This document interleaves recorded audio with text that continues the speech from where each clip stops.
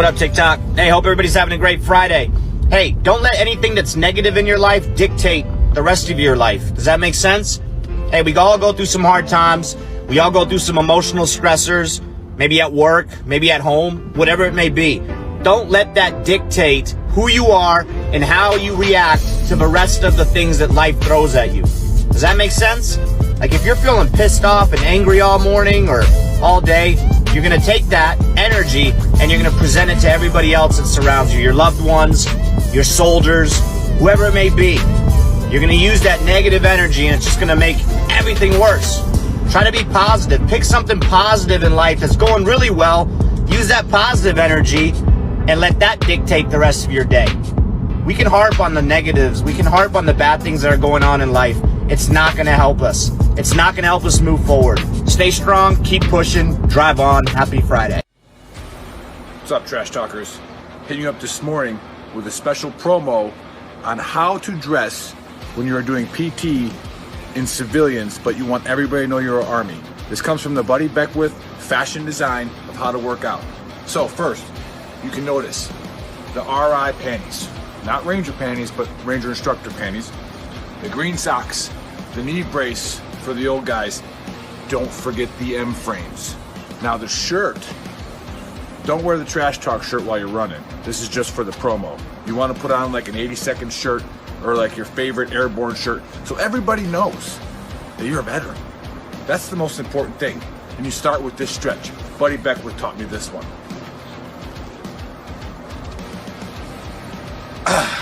Ready to go.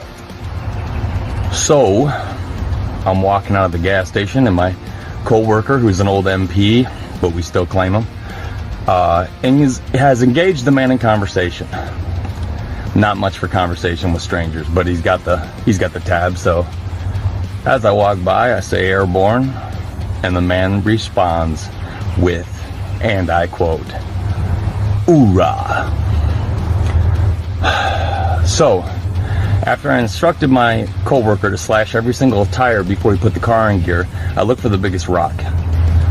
As I crow-hopped to throw it through his back window so he can stop posing as one of us, I actually wake up and realize that the man's ignorance had incapacitated me for a moment, and I was daydreaming. I mean, because in that moment you got two options. I chose the third option and said, "Incorrect.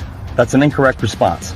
And I kept walking. The man said nothing and he pulled away. So you tell me, what is it, a stolen valor thing?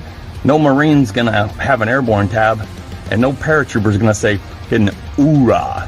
So you tell me, stolen valor? Hey, y'all, I'm going to work. I left you a note on the refrigerator. I love y'all. I'm gonna go.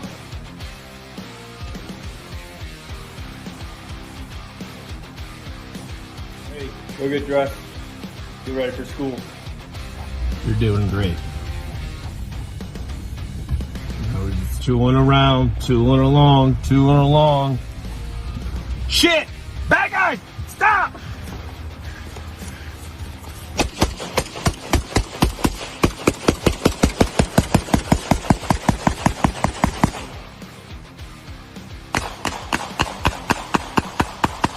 Let me break it down Barney style.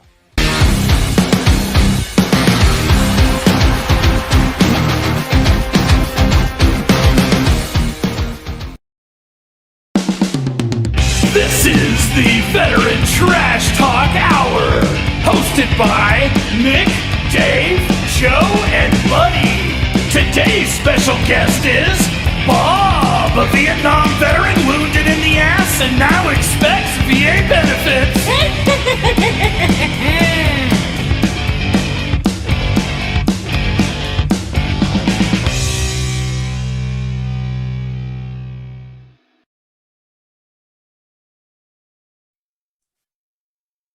Today's show is brought to you by the Farkas Group at the Veterans Mortgage Source. Are you looking for a team you can trust for your mortgage needs? The Farkas Group is our trusted partner on the podcast. I serve with Zach, and he will definitely give you the best rate possible. Their goal is to educate veterans across the country on their earned VA home loan benefit. If you're looking to purchase or refinance your home, reach out to these guys for competitive rates or any information you may need on obtaining a VA mortgage for your property. They are licensed in multiple states.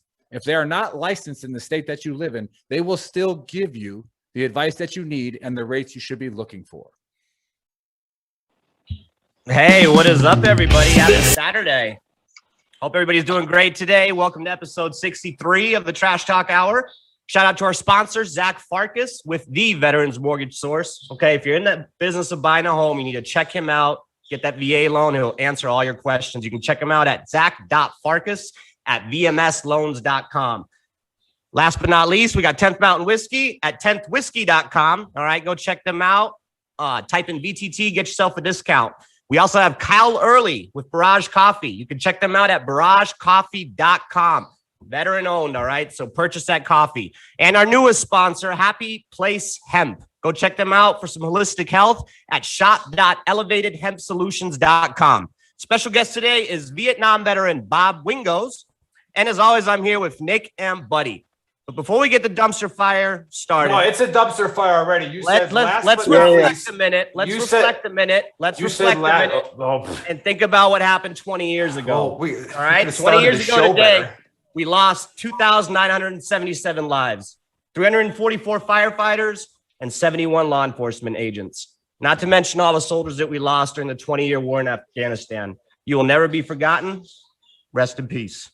Now the dumpster fire can begin. Well, I was going to say, if we really wanted to honor them, we could have started the show better. It's not Bob Wingos, it's Bob Wingo. Hey, right? that's what you typed in the freaking goddamn script. I do it on my phone. And then also, you said last but not least on our second sponsor. Oh, that's my bad. So yeah, the last but not least comes at the last one. But I do that to trigger the dumpster fire. He's been out with COVID, so you know. He's just one of those guys. He's one of those statistics. Blowing my COVID over to you. Yeah. Get infected. Yeah. I already got it. I already had it. So I beat it. What's up? Sorry. To be fair, the reason he said Bob Wingos is because he read that the underneath his name, underneath his picture on the screen, and he doesn't understand what a possessive is. So he's German. Germany. It's so you know when it says Bob Wingo's iPod, he's like, it must be Bob I'm sorry, I'm trilingual. I know you guys hate it that I'm trilingual. I'm sorry that I'm trilingual and the best looking one on the show. I know you hate it, but it is what it is. Shut up, buddy. His last name is iPod. Did you invent it? That's weird. Oh my God. Epod? Yeah. We got Bob Wingo's Epod. I don't know. Is that Greek? What is that? Yeah. Welcome to the dumpster fire. Let's get it started, buddy. Hey, so a couple things on my honesty cap. First thing, we've preached for a long time about getting out and staying active with the guys that you were in with, right? Last week we didn't have a show because it was Labor Day, but for a lot of people that don't know, every Labor Day I get together with a bunch of guys that I was in second platoon with in the division, the 82nd. Everybody knows. Everybody here knows. Back at Brack. Should I say it again, buddy? There's only one unit. There's only one regiment. And there's only one division. Only one division. Fucking born. So we got together. We went to Colorado Springs and Manitou Springs, climbed Pikes Peak together, and had a great time. And I'll tell you, if you're not doing it and you've got issues and you're not getting back with your boys, even now, because you think that you don't have anything in common, you think, and you're wrong. You 100% are going to pick up with those guys exactly where you left off. That was last weekend. This weekend, I'm in South Carolina with Jimmy Bates and Rob Owen. We're all at Jimmy Bates's little hunting camp that he's got in South Carolina. And some of these guys I haven't seen in 15, 16 years. And it's like it's like we haven't skipped a beat. We're all the same conversations about the same people, the same stories.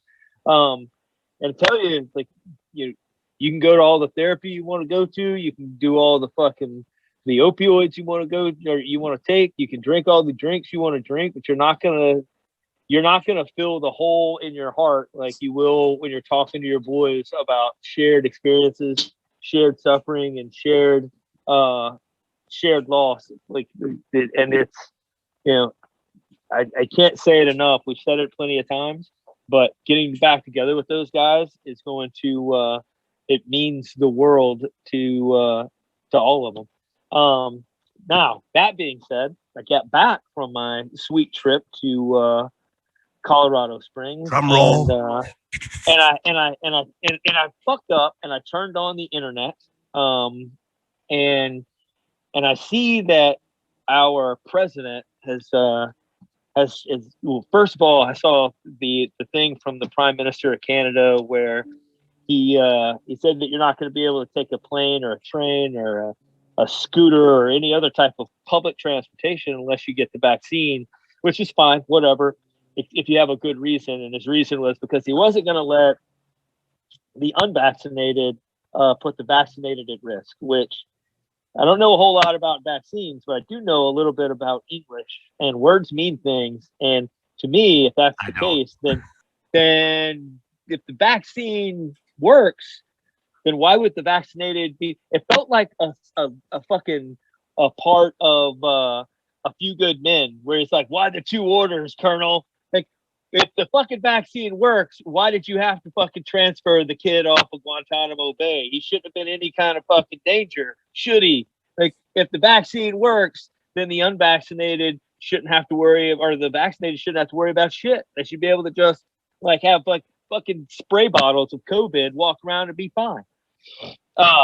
Then I hear our president, for at least the second time in as many months, threaten Americans again in a backhanded threat. You know, the last time was, oh, what are they going to do? You know, they got AR-15s. What they think they're going to do with their AR-15s? We have F-15s and we have nukes. Did you just threaten to nuke your own fucking country, partner? That's not how that works. P.S. You work for us. And then this week, you know, his patience is wearing thin with people that don't want to get the vaccination.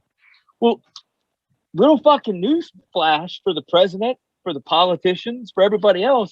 The goddamn country is running out of patience with you motherfuckers too. Like 54% of the country is vaccinated. Out of that 54% that is vaccinated, how many of those people were vaccinated because they were at high risk factors? They were old, they were obese, they had diabetes, they had whatever. That takes away your quote unquote choice and wanting to go get vaccinated. They did it because they had to, and it's understandable. Then you've got the other people that were coerced into fucking getting it because they could win the lottery or do whatever. Also takes away your free choice in doing it because you're an informed consumer of a medical procedure. Then you've got the people that got the vaccine because they had to keep their job. That makes that 54% way less people that wanted to do it because they were free-thinking Americans, and way more people that wanted to do it because they were forced to do it. That means that the other 46% of Americans that still haven't done it are the people that don't give a fuck about what you're going to do. They're the ones that are thinking, you want me to take a vaccine? Well, it's your job to tell me what it does, how it works, what its side effects are. And if you can't do that, well, look here, buddy. Like, I'm not fucking taking it. Like, I wouldn't. The other issue, and I had this discussion since we're on a VTT thing, and I'm sorry this is going a little long, but I had this discussion the other day with a senior non-commissioned officer that they showed up, they had a formation, they piled all of their guys that weren't vaccinated into buses, took them to a vaccination site, and said, hey, you either get the vaccination or you get this negative counseling statement that says that if in the future we may start chappering you out of the Army for not getting the vaccine. Well, here's my question to that guy. I was like, well, what did you do? You're a fucking senior NCO. These are privates. Your job is to take care of their health, their welfare, and that's now and in the future. You know, for me, like, I'm a little bit older. I'm not having kids anymore. There are a lot less risk factors. I have a lot less skin in the game for this vaccination. But for an 18, 19, 20-year-old guy and girl that are in the military, what happens if they take the vaccination and then tomorrow they get sick? The fucking command doesn't give a shit. They're not going to do anything. They don't have to reap the repercussions of that. What happens if 5 years from now we trace back, you know, birth defects that these kids are having with their children because of the vaccine? Is the Army going to take care of those kids? Is the government going to take care of those kids? Is Joe Biden going to take care of those kids? No, they're not, because they don't have to live with the consequences of the decisions that they're making other people face. And because of that, my personal opinion, my honest opinion for the whole thing is that I don't give a fuck if you're the president and your patience is wearing thin. You could suck my fucking complete and total dick, partner. Here's the deal. Am I doing crack? Am I fucking paying and not paying my child support? I'm not your goddamn son. So don't fucking come at me like a disappointed dad. I'm a grown ass adult man who can make decisions on my own. I am America. I'm the America that 200 and some odd years ago would have not only told you to get bent, but started fucking shooting hot shit at your ass. Like, don't fucking tell me that your patience is wearing thin. My patience is wearing thin. Explain to me how it works, why I should take it, and then let me make a fucking decision. But other than that, I don't give a shit what you think. Well, there you Love go. you, Nick. There you go, Love buddy. you, Nick. There you go, buddy. Buddy definitely should have wore the triggered pansy shirt today because I was definitely triggered by that. Definitely whole, triggered. My patience is running fucking thin. Sucker, you're gonna be dead in like 3 fucking years, you old bastard. Yeah, I mean, like that. So I told you it would spin off nice into what I wanted to chat about, and a little bit, because when you talk about leaders, and we've said this on the show before, people are put into positions and then they are leaders now, right? Does not make them leaders by character. Doesn't mean they have the attributes and competencies that a good leader possesses, okay? Doesn't mean they can't work on them, but Joe Biden's running out of time, like you just said, okay? He's not going to all of a sudden develop into a great leader. I tried to research his record a little bit just to see what he did before politics, because I would just love to see. I would love to see a law passed that says you need to be a teacher, you need to be, have some form of job where you are responsible for other human beings before you become a politician, right? Because these guys, they're not leaders. And the way 2 of his last 3 speeches, all he did was blame everybody but himself. So when the Afghanistan thing went to shit, he got on TV and blamed the ANA. And he blamed how the intel was wrong. And this, that. Well, at what point do you just say, hey, I jacked that up? And everybody will forget about it. It's called being an authentic leader. If you say, hey, I jacked that up, I'm going to make it right. Okay, and we're going to figure out how to make it right. We're going to give it a shot. And we talked about this a long time ago. I would love a politician to go up there and say, I don't know how we're going to fix this, but I'm going to try this. And if it doesn't work, I'm going to try this. If that doesn't work, I'm going to try this. Okay, and we're going to build off of it. That is what a leader does. All right, a leader isn't afraid of failure. A leader isn't afraid to step up on the mic and say, that was me. Okay, I'm the one that made that call. The military operation actually went tremendous, what those boys and ladies did over there. All right. What they did and what the positions they were put in, they were tremendous. All right. Now, just take responsibility. And again, if the mission, I said this on Facebook, if the mission is vaccines, right? If that's the mission and the vision, and Bob will get into this because Bob's a great businessman and leader. Okay. Like if the mission is vaccines and your followers aren't doing what you want them to do, you know whose fault that is? Not the follower. Okay, that's the leader. All right, because you control the media for the most part, you are not messaging it right. And Buddy just made a very good point. Tell me what it does. Tell me what the side effects are. Tell me why I really need it. Now, if you tell me I need it because I need to care about my neighbor, that's not. You can get free Uber rides if you get it. That's not a good reason. You can get free Uber rides if you get it. People who aren't narcissists don't buy that excuse. So if you say, have you read the CDC's paper? Like they have a frequently asked section, and their frequently asked section, somebody says, in one of the questions is, if I've had COVID, should I take the shot? And they literally, well, they don't literally, but in layman's terms, they say, we don't really know, but if you don't get it, Granny's gonna die. That's not a fucking logical argument. You're grown-ass, human, government, college-educated people. I'm supposed to just be like, well, they said my grandma. Well, again, my grandma's gonna die. I've said it on the show. It's the most narcissistic thing as a whole I've seen, where I need to do something medically to my body, change my DNA for you. Like, wait a minute. No. Like, that is not how you message this. So, like, again, if the message isn't getting down to your followers, you don't get impatient with us. All right. You're the one that screwed up the message. You're the one that's screwing up. If you want this to happen, find a way to motivate people to do it. All right. And none of you have made it intrinsic. All right. We talk about this as leaders all the time. If you're not shifting it towards intrinsic value, all right, then nobody's going to do it. The extrinsic value only lasts for so long. And that's what Buddy was kind of talking about. These people that got it that was because, oh, I can win a lottery. That has nothing to do with inside. All right. They're doing it for an outside reason. Okay. So that's why you see it die off. There's so many people who teach this shit that how does the president not have a guy next to him? And that's why I tweeted the Congresswoman Escobar. I said, hey, can you see if you can get that transcript of that speech? Because I want to see if Joe Biden just said it wrong or if somebody actually wrote that shit for him. Because if somebody wrote that exact words, all right, which I will give Biden a little bit of slack that I don't think he reads it how it's supposed to be read sometimes. But if he read it that way, because it was written that way, we have very dangerous people in his ear. Okay, we have very bad leaders that are trying to put a message out that followers aren't following. So if the vision of your company, all right, if the vision of whatever you're doing, your house, the vision of, anything, if the people you want to get it to do it with you aren't responding, you either have to change the vision or you have to change the leader or you have to change both. Okay, it's that simple.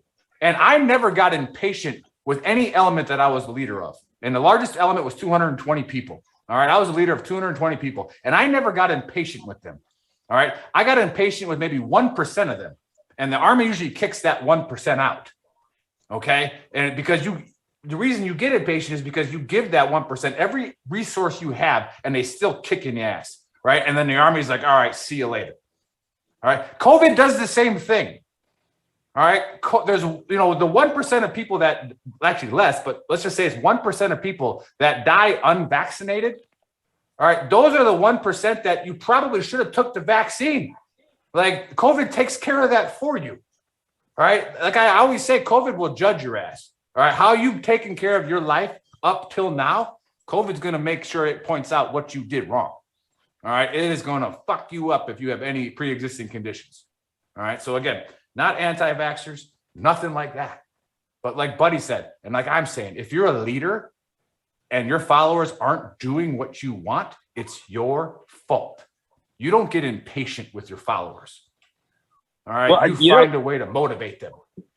And you're right, Nick. And what the really shitty part is, the really shitty part is that people are acting like you can't be either way. You're either an anti-vaxxer or you're getting the vaccination. I'm not an anti-vaxxer. Don't get me fucking wrong. I am not at all an anti-vaxxer. What I am is an anti-just taking shit into my body that I don't know what it is, whether it's good or bad, and I get to make the decisions about whether it's risky and I want to take that fucking risk. Like, but you're not giving out any information. You're literally saying, like, you're doing the take it because I said take it, and that's it. Like, yeah, that worked when I was 5. Yeah, they made a movie about this. It's called I Am Legend. Yeah, here's the messaging that we missed as a society. All right, and I go to the school board at Canateel all the time and put this message out just so it's on record. I'm like, we're missing the message of you need to be healthy. All right, if you're not healthy, if you don't take a walk every day, all right, you're going to get a virus when you're older, no matter what the virus is, and it's going to kill you. All right, now this virus kills people that have just some small problems too. So it's like it is very dangerous. All right, but we shouldn't be teaching the message of vaccinate so that person doesn't die. We should be teaching people, make sure you're in shape so you don't die from a virus. Make sure you eat right. Make sure you exercise. That's one message. All right. And the second message is civic duty is not to go get a vaccine. Civic duty is if you're sick, you keep your stupid ass home. All right. That's a civic duty. All right. another civic duty is if you are sick and you have to leave, you put a fucking mask on. All right. Like that's a civic duty. And that way, when I go into the store and, Bob's wearing a mask, I'm like, I'm going to let Bob get his beer and then I'm going to wait. And then I'm going to go get my beer because I'm not going next to him because he's obviously sick. Okay. Like the Asians do that. I think we should do what they do. That's just a courtesy thing where if they've been sick, they'll put a mask on for 2 weeks afterwards. Like, no, they do that in Hawaii. Right. That's where you learn that. It's like, why are you wearing a mask? I was sick last week. Oh, cool. Thanks, man. Like, that's really nice of you. Right. Like it is. That's a civic duty. Right. Like it's cool. Mm-hmm. All right. But anyways, I don't want to get off of that. But hey, if you blame your followers, you're a shitty leader. Okay. It's that simple. We're not in the industrial age anymore. We're not all working on the assembly line, blah, blah, blah, whatever. So whoever's talking to Bob, I'm about to introduce him. So Bob Wingo, I had not Wingo's iPad. All right. Bob Wingo. All right? Yeah. Bob Wingo's iPad. Welcome to Costco. I love you. Brought to you by, what's the sponsor? Brought to you by Bongo or whatever in that movie. Brought to you by Carl's Jr. So anyways, Bob Wingo, I met him through Command Sergeant Major Keith Bach, who might be watching, but I know he's in a deep state of depression because Ohio State's losing right now. And yeah, but he, he's like, he points at Bob. I just got to the golf club with him, and he's like, I never met that guy. And he points at Bob. I never met him. And he's like, but I want to. And then I think Bob saw him point at him. So Bob came over and I just got there. And so he comes over and says hi to us. Right. And we're talking to him. And immediately he's asking about us. He's finding out, again, another leadership tactic is know your audience's story. So right away, he is trying to find out our story. And it turned out he's finding it out so he can help build us up. All right. That right away, I was like, damn, this guy's legit. And then it turns out he's a veteran. All right. And then it turns out he didn't receive, we'll let him talk about it, but he didn't receive his VA benefits from being wounded in Vietnam for like 40 years. All right. These Vietnam veterans, and I know there's some watching, so say hi if you're watching and like where you served and all that kind of stuff on the thread. We forgot about him. All right. And we treated him like shit. He'll talk about it. But Bob Wingo, just Google, don't Google Bob Wingo's iPad. Just Google Bob Wingo. All right. And you'll be able to read his resume. He's been tremendously successful. And I always use his quote on this show that he told me. He goes, I've never been worried about money. I've only been worried about surrounding myself with good people. And I've loved that quote and I've taken that in. And that's why I got Buddy, and that's why I got Dave next to me. That's why, Joe's here sometimes, but he's going to go watch Michigan lose, whatever. We got a great group of people at VTT and Gruntworks, so that's what helps. But Bob Wingo was wounded in the ass, and now he's crying for VA benefits. That's money shot. Money shot. That's what the song says, Bob. The Bob says, special guest Bob Wingo shot in the ass, and now he's crying for benefits. So, Bob Wingo, welcome to the Trash Talk Hour. It is a dumpster fire. That's our logo. All right. And so please tell us a little bit about your service and then tell us about what you got going on, how you built yourself up and all these great things. And, give some of these Vietnam veterans and all these other guys getting out trying to find purpose some hope. All right. Welcome to the show, Bob. First of all, you guys have definitely lived up to the trash talk part of the show. I would say on a scale of 1 to 10, I'll give you a 15 or a 16. We'll take for it. Starters. Well, thank you, Nick. I can tell you this, that in spite of everything, I've been very lucky. And it certainly didn't start in Vietnam, but Vietnam was really the runway for me to get to where I am today. Started off at Fort Carson, Colorado, trained the 155 self-propels, and stayed there a little over a year. I was drafted. So I thought, we used to call it going over the hump. I said, well, I guess I skipped the bullet of going to Vietnam. Wrong. 30 days later, we get orders, the whole unit, to go to Vietnam. So that was in November, late November. We ended up getting a 45-day leave because it was required. So I landed in Vietnam a few days before the Big Tet Offensive in 1968. We were up north, Swan Lock. Up there wasn't so bad. I went from 155s to 105s. We got rocket attacks, but nothing terribly horrible happened up there. The only bad part up there was we couldn't have alcohol. But being very smart soldiers, we figured out a damn way to get alcohol. And we learned how to roll beer on ice blocks to chill it. And after about 60 days up there, they sent us to the Mekong Delta. That's when the shit show began. That's when you really found out what it was all about. I think the one key takeaway from Vietnam for me is I'm never going to go fucking camping again because I camped for 9 months straight. Lived in a bunker, got a shower once a week if we were lucky, learned how to burn shit with diesel fuel. That's how you got rid of waste. Shot a lot of missions. As Nick pointed out, I did get injured. I'm glad you made a song about it. I'm sure I'm famous now. At least my ass was not on fire, but I did get airlifted out that night. But we lost a lot of guys when I was there. The most tragic loss was a guy that drowned when we were up by the Plain of Reeds near Cambodia. And I can tell you that, like many of us, I suffer from tinnitus.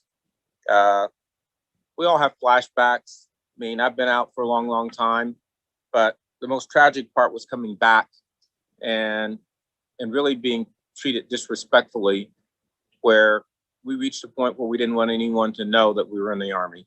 And other than the guys that we served with for 15 or 20 years, no one knew that I was a veteran because it wasn't something that I broadcast. Yeah, I'm one of the dummies that waited almost 50 years to go after my VA benefits. And it was a really complicated and interesting process. But I can tell you that being mortared in Vietnam 30 days in a row, getting injured, going to the hospital, and they mortared the fucking hospital that I was in. And fortunately, I didn't have life-threatening injuries, so I got a local, and they put me in a barracks. And then I hobbled my way to a bunker because they mortared the damn hospital. So I was only out of action for a couple of weeks, but we got airlifted all over the place because we had 105s. And I tell you what, as a guy that served in Vietnam and had trained on bigger guns, the 155 self-propelled, I was pissed at first because I didn't want to be on a little gun. Turns out that was the best damn thing that could have ever happened because the Viet Cong were very afraid of the 105s because when we weren't shooting, we were on loading elevation, our star formation, center gun pointing straight up in the air if it's in the evening, and we had beehive rounds between the trails. Pardon my French, they did not fuck with us in terms of ground attacks. And we had twin 40s on the perimeter, 50 cal machine guns. So we had a pretty strong arsenal, but we're in the middle of no damn where in the Mekong Delta in a rice paddy. And they would come to the edge of the woods and mortar us every day because they could see what we were doing. We'd start a fire mission, they would mortar us. So it was crazy. I think one of the funniest things that ever happened though was I only had 9 months total when I got to Vietnam. And so the captain called me in about 7.5 months in, or 7 months in, I guess. And he goes, I was a buck sergeant, then I had my own gun section. He says, Sergeant Wingo, we need to talk about re-enlistment. I started smiling. He says, what's funny? I said, sir, you're wasting your fucking time talking to me about re-enlisting. If I live another 60 days, I'm getting the fuck out of here. And I did. I got out. He laughed. I told him I didn't mean to be disrespectful, but not going to happen. But I did promise God when I was over there that I don't know if I'll finish college, but I'll try. I came back after 60 days of partying in Columbus, Ohio. Every night, my aunt woke my cousin and I up, who was also a vet. She said, I appreciate you guys, what you did in Vietnam for our country, but it's time for you to get your fucking life in order. So I said, well, I guess it's time for me to leave Columbus. So I went back to Denver, then I went to El Paso, where I'd spent a lot of time. I enrolled in summer school at UTEP, University of Texas, El Paso. And many years later, I graduated with a degree in business, so I did make it through. Many years after that, I was an outstanding X from the College of Business, then an outstanding X from the entire university. The one thing I can say is I was not an outstanding anything in high school, because when they had all those things about most likely to succeed and most popular and all that, I was the least likely to succeed. I learned how to sit in class with sunglasses on and sleep without falling over. So I was a very accomplished student in that regard. But all that being said, I went on to a career in the apparel industry. From there, I had an opportunity to get into advertising with a fellow that really was, I was his client. And that was many decades ago. And I joined an advertising agency, and we ended up having offices in Chicago and Detroit, New York, El Paso, Austin. So we worked with some great clients like AT&T, US Postal, Mini Cooper, Burger King, KFC, State Farm Insurance, just to name a few. But I think one of the most proud moments for me was being invited to be on the Martin Luther King Memorial Board. And I was one of the founding board members when we built the memorial, which we are celebrating the 10th anniversary next month in Washington of that memorial. And I will be going to DC for that event. And I mean, I can get into all the bullshit you want about all the stuff I've done, but that, along with being a mentor, are probably the things that are most important to me. I was mentoring someone, excuse me, just before the podcast, a young man who finished college in 2.5 years and now is looking for a pathway forward before he goes on for his MBA.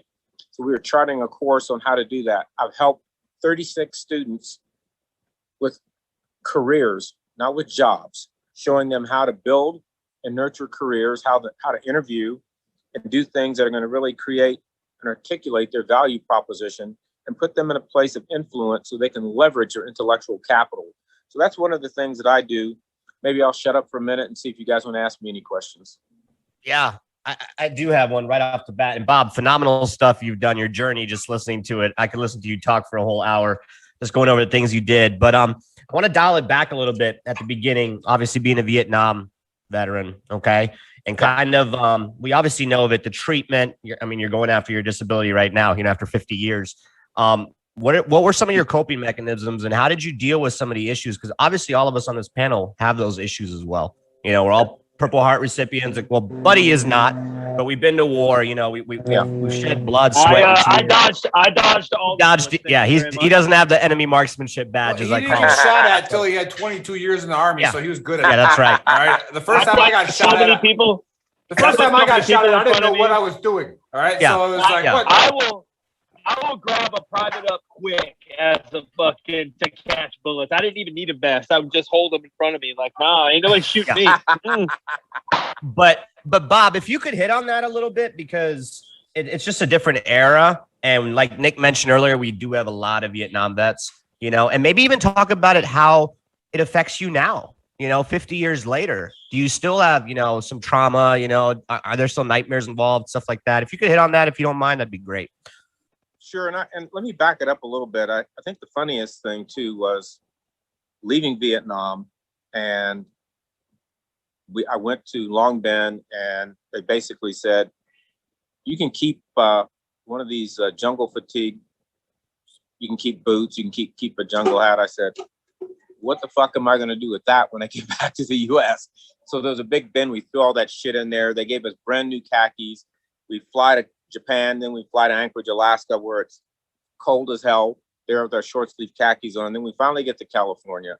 We now we get brand new dress greens. So we're there. First, a big old sign, welcome back, steak dinner on us. First thing the sergeant says, if you want a fucking dinner, you're going to be here an extra day because it's going to slow you down. So we ate crackers and drank Cokes. And then they gave us overcoats because it was almost November. And I said, I don't need an overcoat. You will take an overcoat. So we all waited till they left, and we piled the fucking overcoats up behind the bleachers where we were and left that shit. And then we went to the airport and took off. But in terms of coping, I can remember going through the process with the VA, which I hadn't had to do. And I was sharing with the guys before the actual podcast that it's very unfortunate that there are many soldiers that don't have the benefit that I have in terms of the tools, the iPads, the computers, the cell phones. I watch these guys with walkers going into a little computer room because that's all they have in order to access the information that's needed. Now, in terms of me, yes, especially when I first came back, thunder, I dropped to the ground. mean, they taught us that if there's an explosion, you drop to the ground. So do I have nightmares? Not so much now, but I did for many, many years. The biggest nightmare was dealing with the guy that drowned. I mean, other people were blown up and lost limbs. But when you lose a person from drowning, and then we had to accompany his body to graves registration on a helicopter because we couldn't even find him until the next day because of the currents in the river. So they brought a dive team in. We go to graves registration and you look at this big fucking warehouse full of body bags, refrigerated.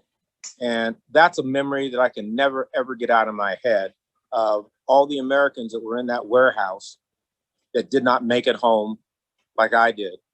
I made it home. I had an opportunity to move on with my life. I learned how to cook C rations with plastic explosives because we'd take C4 and rip pieces off and light it like Cerno, stupid shit like that.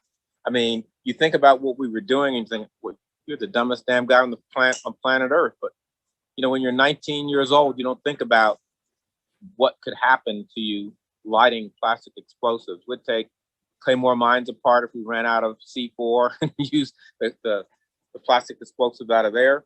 But I mean, it's going through the process of the VA benefits, and people ask me, why did you wait so long to do it? Well, I was talking to some of my friends. They were like Nick and some colonels and other people that are members of the country club, and they were telling me you're a dummy for not doing it. So I went through the process. And I got to be honest, a couple of times I almost quit going through it because it's so ridiculous, the things that you have to deal with. And it's not because people don't care. It's just the system, the process. But the nightmares, I mean, even going through a psychological evaluation and all this stuff comes right back to the front of your brain again. So you get emotional, you tear up, you think about the guys. Funny thing is, I can still see the faces of all the guys that I knew that died, every single one of them. And you remember that shit. You don't forget it. I mean, the emotion will always be there. It will always be right on the top level of your skin. And I guess the funniest thing I did leaving Vietnam was we had TA-50, which was, what a dumbass thing that was. We didn't use that stuff. So to give you this duffel bag full of crap that you carry around with you. And then when I was leaving Vietnam, I went to the supply sergeant. I said, dude, do I have to take this all the way back to Long Binh? He says, absolutely. I said, how do I get around that? I said, the only way you can get around that is if we write it off as a combat loss. He says, what do you got to trade for? Combat loss. I said, I've got a Viet Cong bayonet. Done. He writes me a ticket for combat loss. So all I carried was an M16 rifle, my flak jacket, the helmet, and the shit on my back, and a top kit and a few things like that. And hitched a ride on a chopper to Saigon and caught a bus from Saigon to Long Binh. Yeah, Bob, that's awesome. Like, you're the reason why there's that old doctrine that tells officers to be careful of the enlisted. They may not be educated, but they're very cunning, right? So it's like they used to say that in doctrine. It's like they're not educated, but be very careful with them. All right. Not much has changed with the TA-50. I still got 6 duffel bags full of shit that I've never worn. And then they make you PCS with it. I like how you brought that up, because we always try to say that when you look at our thread and on our Facebook page, people will always be like, fuck the VA, you know, and it's like, well, let's slow down on that. The VA, the people working there are trying, right? Yeah. For the most part, the people there are doing the best that they can. It's the system that's broken. And we talk about that with veteran suicide, where we have to fix the system. Everybody thinks that they have the one reason why. It's opioids, it's alcohol, it's not having a job, it's, you know, depression, it's anxiety, it's PTSD. It's all of that, right? Like, it's, and you don't think about it, like you just said, when you went back through and you started remembering again, right? And it started coming out. I just did my VA appointment, and the same thing happened when I went and talked to the psych person. Like, what was the worst thing you saw? That's what they asked me, you know? And I was like, and it instantly came back to me, but I had buried it for a while, you know, and it usually only comes up, you know, here and there. And I always tell the story. It's when I told it on one of my lives when I was drunk, and I started tearing up a little bit. We killed a family, and we killed a little girl, and it was it was a complete accident. We had a platoon in contact, and we were the QRF. We were responding. I was gunning, and there was a traffic jam, and I said, "Carl, slow down." Right, and he's like, "I can't slow down."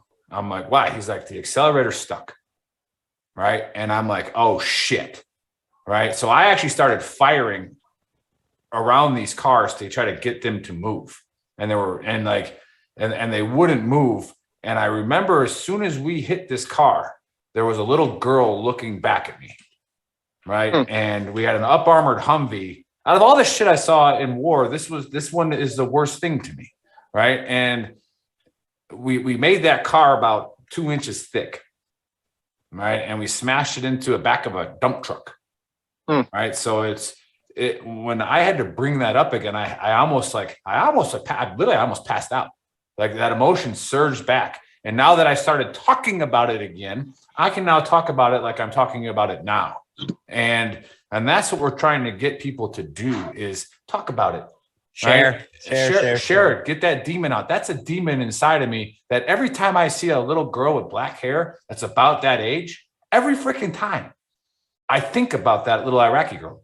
Right. And it's like, man, like it's just this one. And I'm glad you brought that stuff up. And like Dave asked you that question and you answered it. Cause I mean, again, you want to build people up. And that's what we keep talking about, building people up.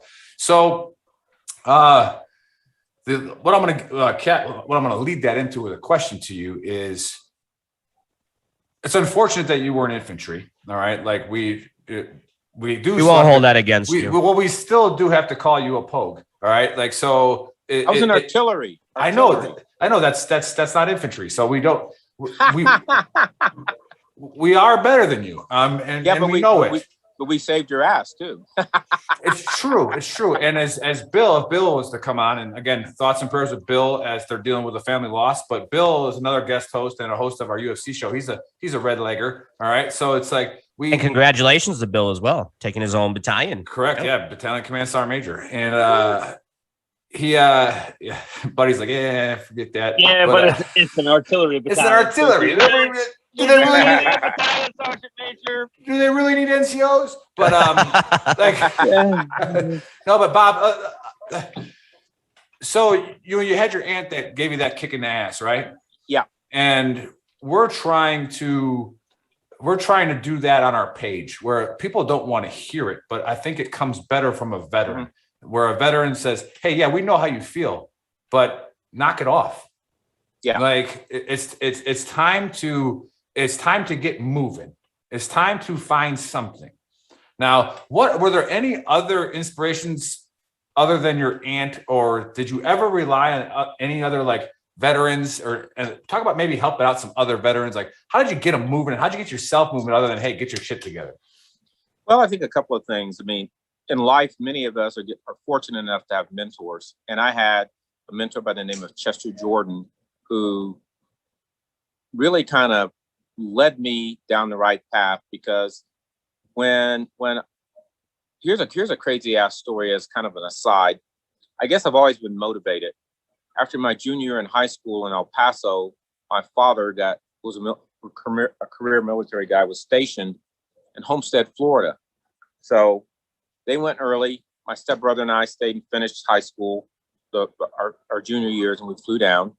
They forgot what fucking day we were coming. They were fishing. We were at the Miami airport for 7 hours. So I'm pissed. I never raised my voice to my dad once because I was afraid I'd lose my life. But long story short is I told my stepbrother, I said, by the end of the summer, I won't be here. He says, "What the fuck are you talking about? You're in high school." I said, "You watch me. I got a job. I worked every day. I didn't spend a damn dime. I hitchhiked to work. I caught a Greyhound bus back to El Paso. Took me 2.5 days. Got a job, lived with my brother, finished high school, then went in the Army." But I tell you, the key thing for me was Chet Jordan sat me down and taught me some things. And he was a chief warrant officer. And he kind of led me down the path and gave me the inspiration to try to do bigger and better things. But there always has to be somebody like that that's a difference maker, in my opinion, that helps you pivot and move in the right direction. And I did have to keep that promise to God in Vietnam, which was, if I live to get back, I will try college. And I did not promise I'd finish because I thought that would be a bigger promise than I could make to God. But fortunately, I did make it through. But another funny thing when you look at inspiration and people motivating people, helping others, being engaged, just like Nick said when I met him, how do we help him really get involved in the community? How does he get to meet some of the key people here that could be difference makers for him? But I guess one of the funniest things, and there's Vietnam vets listening, they probably know these stories. We're in the Mekong Delta. You could get any kind of fucking drug you wanted. The Vietnamese would take American cigarettes. I don't know if you guys have ever seen or heard these stories, but it's a damn truth. Marlboro flip-top box. They would take the tobacco out and put weed in there, and you could buy a pack of joints, or you could buy a carton of joints, or you could buy it loose. And I'm not going to say I smoked in it. So what'd you buy? Yeah, well, that's going to be my question. What'd you get, Bob? You as a businessman, what was the right way to go? I mean, it's in the movies. Well, the first thing you have to do is consider, how can I resell some of this product? How do I cut Turn it it up? into a business venture right there. Yeah. How do I make it half oregano, half weed? Yeah. So. Yeah. But to me, that was one of the funniest things that happened over there. But again, if people are smart enough to reach back and help others, if people are smart enough to realize, you know what, I don't give a shit how much money you make. I don't care what level of accomplishments you have. We all are on a bell curve where we begin life and life will end. And you don't get to take any of this shit with you. Once you're gone, it's gone. The Egyptians proved that thousands of years ago. They said, you know what? Build me a pyramid. I'm going to take all you guys. I don't care how many I lose along the way. I want this pyramid. Then we're going to mummify our bodies and you're going to put us in there with the gold. What happened? What happened was somebody found the gold. They found the mummified bodies. They took the gold. They spent the gold. They took the mummified bodies, paraded them all over the world and made more money. Moral of the story is, you may be gone, but your worth is still something. So the Egyptians were a great example of how they thought there was going to be an afterlife. To this point, I don't know if anyone's ever proved that. I have. If it is, I haven't seen it. But what you guys are doing, I think, is amazing, because the one thing that I did not do was keep in touch with any of the guys that I was in Vietnam with. When we left the airport in San Francisco, after having breakfast in late October 1968, it's the last time I talked to any of those guys that I was with.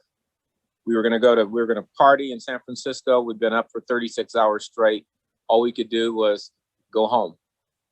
So I missed out, and I'm really proud of what you guys do and the interconnectivity that you have, the relationships that you built, the stories that you can share, and the things that you're doing. Yeah, hey, thanks, Bob. Yeah, again, we preach that a lot, and we're trying to get, because the biggest enemy to veterans is veterans.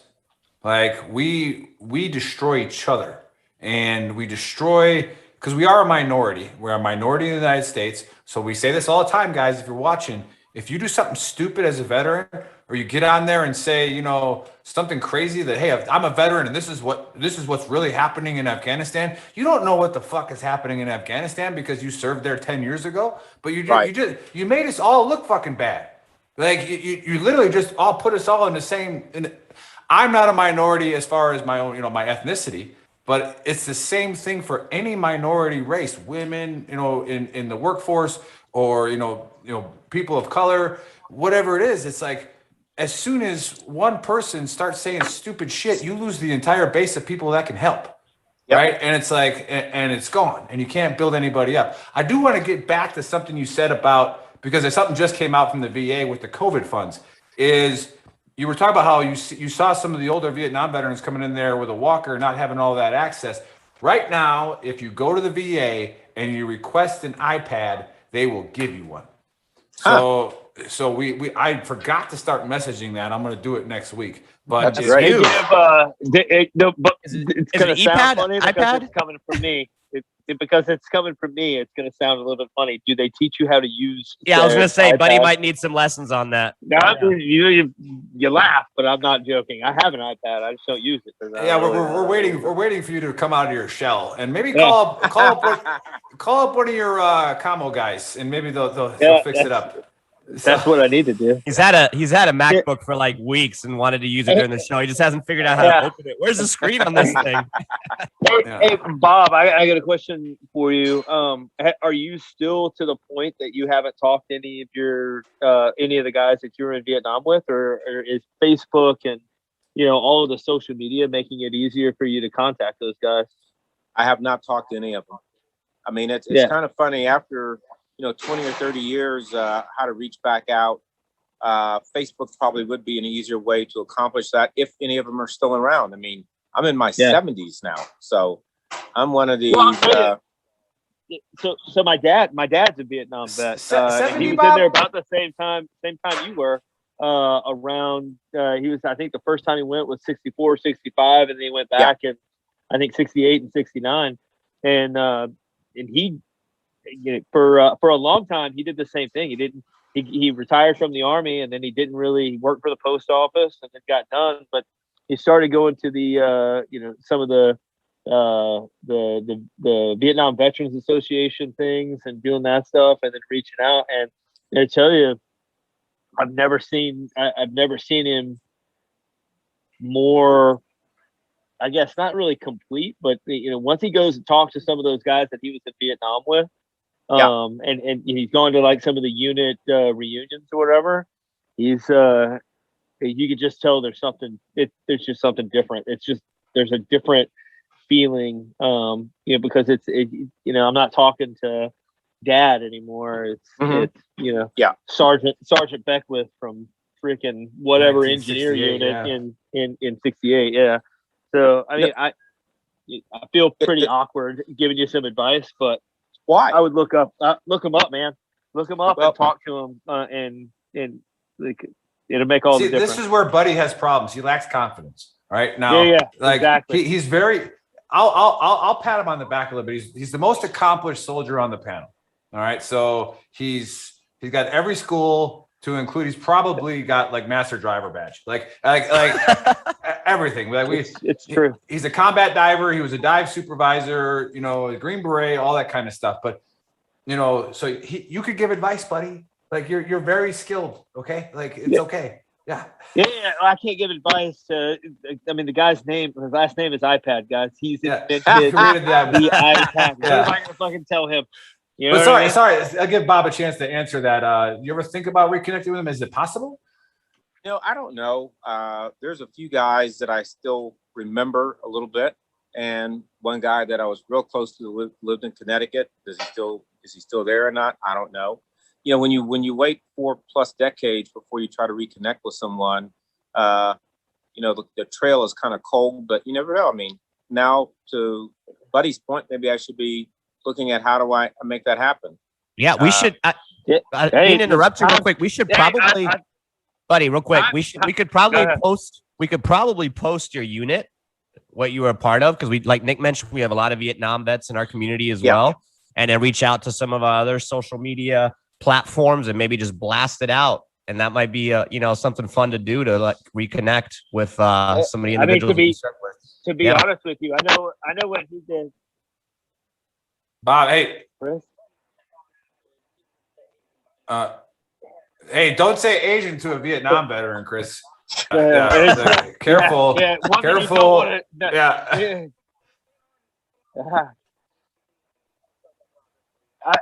I think there you go. I think it'd be pretty interesting to watch, just because and I'll tell you, like I said, I'm out with guys that I haven't seen in 15, 20 years. And I just got here last night with them, and it's amazing to watch guys that you were in a unit with go from being 50, 60, 70-year-old men to 18-year-old men in 50, 60, and 70-year-old bodies talking about smoking packs of flip top Marlboro weed in the Mekong Delta. You know what I mean? You'll find that the thought that they don't remember you just because, you know, why would they remember me? That's what I always said. I was like, well, why would they give a shit? Why would they remember me? I remember them, but that's different. Like, you know what I mean? It's not. They remember you just as well as you remember them. And they just, a lot of times we don't know how to reach out. When we do figure out how to reach out, we don't think that they're going to remember. Like, you know, we look at all the negatives like, they're not going to fucking remember me. I was just Bob, the guy on the 105, or, you know, I was just Beck, the guy in the squad. And you know, they're thinking just as much about you, especially now, as you're thinking about them. And it just takes one person to reach out. And once you do, even if you only talk to them once, or you talk to them, or, you know, you make a plan and you go meet up. Like, I meet up with, again, every Labor Day, I meet up with 5 or 6 guys that were in Bravo company with me in the 82nd. And we talk about it Center of the from universe. Labor Day. We talk about it from Labor Day until the next Labor Day. Like, okay, what are we doing next year? I can't fucking wait to see you guys. And every year it's the same bullshit. It's the same fucking stupid stories.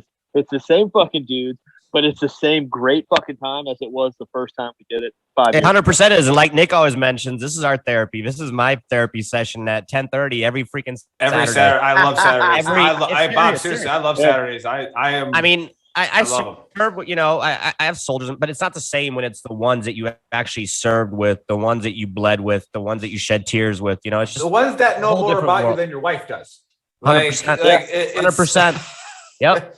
This is our therapy. Yeah, for sure. And, you know, I always make that joke about that thing I had hanging out of my butthole at one time. I'm like, who else knows that about you? You know, my doc does. Whenever Doc Esther talks to me, he brings that up. You know, and I'm like, Doc, I got it. You know, like I tried to pick up a 50 cal mount by itself, and that didn't work out for my butthole. Shit happens. But you know what, guys? I'm one of the more fortunate vets in that I've had an opportunity to have a great life after the military, and I didn't serve as long as you guys did under the circumstances. But I mean, I'm sitting here talking to you guys, and I'm thinking, I've been to the fucking White House twice. I've had dinner at the White House when Bush was president. I had a private tour with Andy Cord, who was chief of staff. I sat at the president's desk. I have a we were going to presidential say pin. that. Hit on that a little bit. So hold on. So wait, Bob, wait a second. Whoa. Hold on. So you've been to the White House twice. You're a Vietnam vet, and you got shot in the ass. Are you sure your name's Bob and not Forrest Gump? Because it sounds a lot like a storyline. Do you run fucking shrimp boats? Are you running shrimp boats, Bob? And actually, truth be known, I didn't get shot. Now you want to know what happened, right? It was shrapnel in the butt. It was a mortar. And I was got my guys in the big bunker, and I dove in a little culvert we had behind it. Mortars blow up at an angle. If I'd have been standing up, I'd be dead. So I dove in that thing, and it blew up behind me, and it got my whole right side, including my ass. Thanks, Nick, for putting that out there. Yeah. Actually, Hey, that's the money shot. David Gack gave me all the information on that. That's the problem when you're walking around with all that junk in your trunk. I got the same issue. I gotta watch out. That Dunkin' dog. Bob, hit on the White House. Bob was going to say something about, hey, as I'm sitting here talking with you guys, I've been in the White House. Yeah, go finish that one. That's a good one. Buddy cut you off because he's well, drunk now. What happened, guys, was the UTEP Miners, which then was Texas Western College, won the NCAA championship in 1966. So I got to do the marketing for that for the president of the university, Diana Natalicio. As a gesture of kindness, she invited my wife and I to go to this dinner at the White House. Only 100 people were invited. 100. So it was fucking amazing. I turned it down. Yeah. And then I did get to go back when Obama was president for a reception around the MLK Memorial because he did the dedication. But the sitting in the White House is surreal. Going in and they put you in a holding room until they double check all your credentials again. That all of us went through. We go up to a reception, and then we go through the ballroom to a library where they take your picture.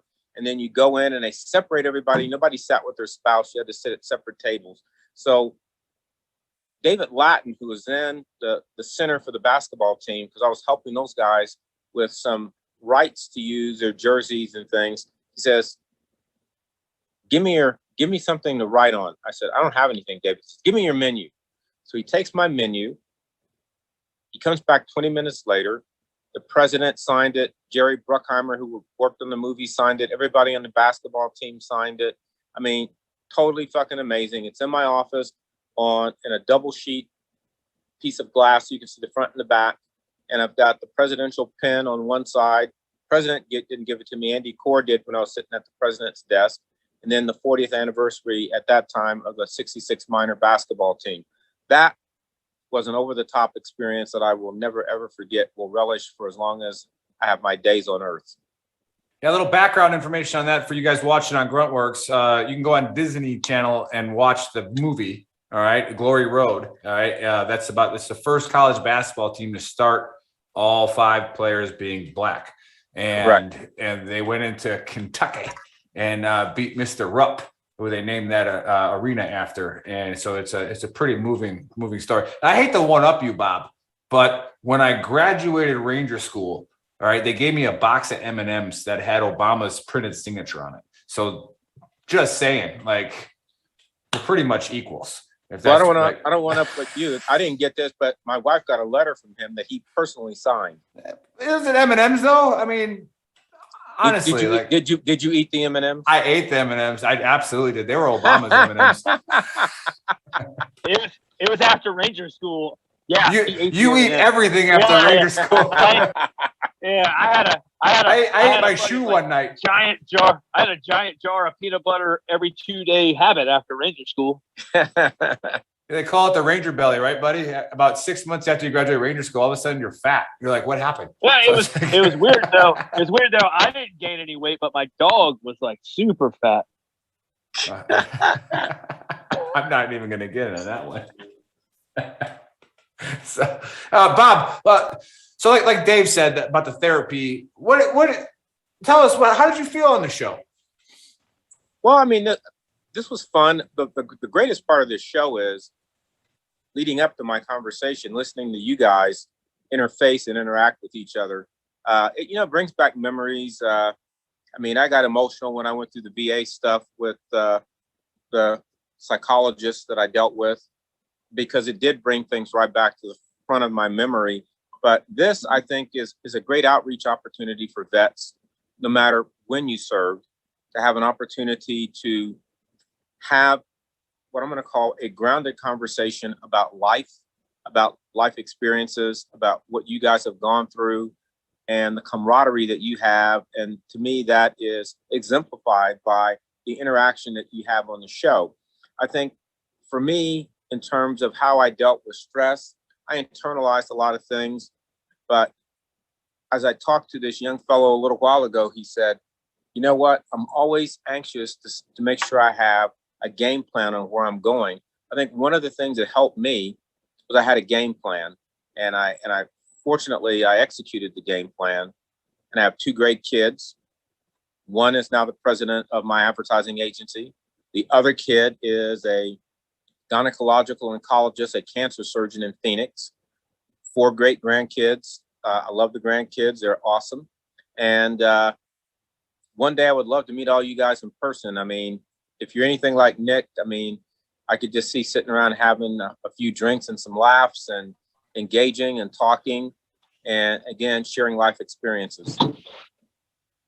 We'll definitely make that happen. We'll probably have to Buddy pays about 90% of his check in child support, so we'll definitely have to fly him out here. True. That's you're not wrong.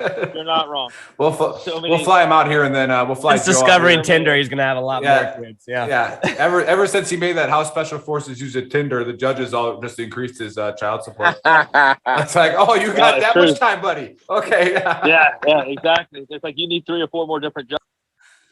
Well, I don't want to take any more of your time, Bob. I know you're a busy man, and Buddy's got to go shoot guns and do stuff with the Bravo Company guys. That Buddy they finally get to shoot guns together. I know, but they never shot guns in Bravo Company. They didn't know how that felt when we were in there. Actually, you smart ass. I'm with a bunch of Charlie Company guys. Oh, there you go. Well, then there you go. Yeah, but that's when you guys went to Afghanistan, and you guys all you did was sacrifice goats. Company guys that taught you pogues how to be actual infantrymen in Charlie Company.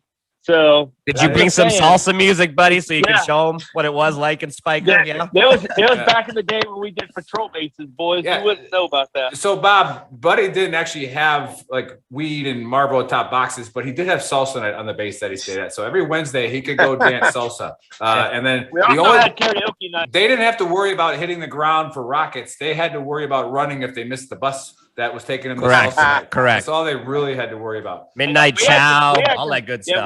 we didn't hit the ground for rockets, but we dropped it like it was hot, like a lot of nights. Yeah. Not a big deal. You guys think I'm making that stuff up about the No, Marlboro not at all. cigarettes, Not don't at all. So, we believe you, Bob. I definitely don't. So We hey, had some Vietnam vet Pathfinder guys come once, and they were showing us pictures of Vietnam, and then they were showing us pictures of their camp, and then the little camp that was off of their camp that had the ladies that the MWR the extracurricular activities. Yeah. Bob just got a like, yeah, flashback. Bob just got a flashback right there. You see that? It's like, They're like, yeah, you can only go in there if you're an NCO. So the officer would go over there to do health inspections with a clipboard every month. Like, I got into the wrong war. There's a reason people stayed in Vietnam for 8 or 9 years. Like, if you got to the right unit, it was awesome. Free beer, women, shooting people. Hey guys, I'm not trying to come home. we're in the damn jungle. All that stuff they had with Bob Hope and all that, we never saw any of that shit. Okay, they didn't come out there where we were. that's why we want. Yeah, that's how it was with us at Fob Olson and Well, Samara. that's how we want. That's why we want our community to be as big as possible, because there's guys that had really great experiences in the Army, and there's guys that didn't. You know, and it's like if we can get the community big enough to where anybody who has a problem can say, "Hey, this is my problem with this." And then there's 30 guys jump on the page and say, "Yeah, I was there. I did that. Yeah, I know exactly what you're going through." But so some people in Vietnam had a great time, and some people didn't. You know, and for the most part, 57,000 for sure definitely didn't have a great time. And we don't want to forget them. And we're going down the road in America of narcissism to where we only care about ourselves, and we don't think about the people that, whether it was by choice, whether it was being drafted, whether it was being dumb, whatever, what doesn't matter. All right. We have great Americans that have put their lives on the line, and we can't forget them. So, Bob, we appreciate your service. I know people hate hearing that, but it doesn't need to be said all the time, but it definitely, definitely has to be remembered. It has to be. It has to live on. Also, appreciate you guys. Yeah, welcome home too. You know, so Thank you very much. I appreciate you guys. And we got treated very well when we came back. You know, so we don't even. I can empathize with you, but I can't. You know, I can't say I know how you feel. Like, all right, and only the Vietnam veterans can. And we love you. We appreciate all of you, and we thank you for when I put on my uniform. And I tell people, no matter what Joe Biden says or what Donald Trump said, or pick a president, doesn't matter. All right. Whatever your political view is, when I put on a uniform, I always tell my soldiers, I go, you make it look good because somebody better than you wore that. Right. And somebody made it possible for you to have this uniform on. And I was like, and that's why it's straight. And that's why it looks good. All right. So I appreciate you guys setting the way for us, the path for us to be the soldiers that we became. And I know Buddy's been in the Army for about 42 years. So he definitely has brought it, you know, paved the way for me as well. But Dave, if you want to close us out, feel free, unless we got any other questions for Bob. I don't see anything on the thread. Yeah, I don't see anything on the thread either. Got a couple people really excited to hear your story, Bob, on the thread. They really enjoyed it. So for sure. Hey, Bob, from the bottom of my heart, I really appreciate you coming on as well. I could listen to you talk for a couple hours, so I'll definitely make that trip out to El Paso and visit Nick, and we'll get together. Let's do it. Again, thank you for your service. Absolutely. And welcome home, like Buddy said. The Vietnam vets that are on our page probably loved watching this. If you missed the show and you're tuning in late, make sure to go check out veterantrashtalk.com. All of our links are on there to our YouTube, Spotify, Apple Music, all that good stuff. So you can watch the episode later on YouTube. That is the button. That can be purchased at shop.veterantrashtalk.com. including all of our awesome merch that we have. We got some awesome tees and everything. Remember, part of our proceeds from every sale go to Stop Soldier Suicide, who we're connected with. All right. Everybody have a wonderful Saturday. Thanks again, Bob. You rock. And thank you for your service, brother. We're out. Thanks a million. Appreciate it. It's an honor.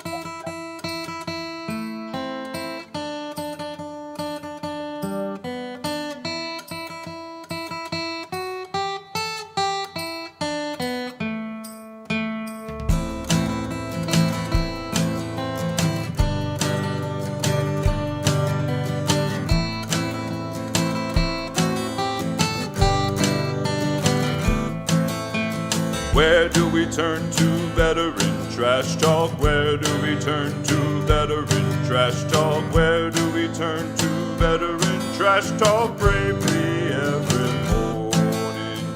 Bad days, good days, up we rises. Bad days, good days, up we rises. Bad days, good days, up we rises. Bravely every morning. One day I'm okay, next day darkness. One day I'm okay, next day darkness. One day I'm okay, next day darkness. Bravely every morning. Bad days, good days, up we rises. Bad days, good days, up we rises. Bad days, good days, up we rises. Bravely every morning.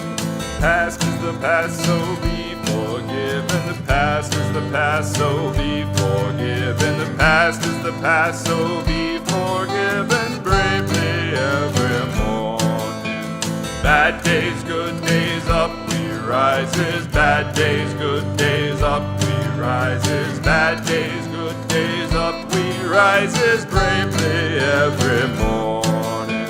Let's fight, don't quit, call that in order. Let's fight, don't quit, call that in order. Let's fight, don't quit, call that in order. Bravely every morning. Bad days, good days, up we rises. Bad days, good days, up we rises. Bad days, good days, up we rises. Bravely every morning. Raise a glass for those we're missing. Raise a glass for those we're missing. Raise a glass for those we're missing. Bravely every morning.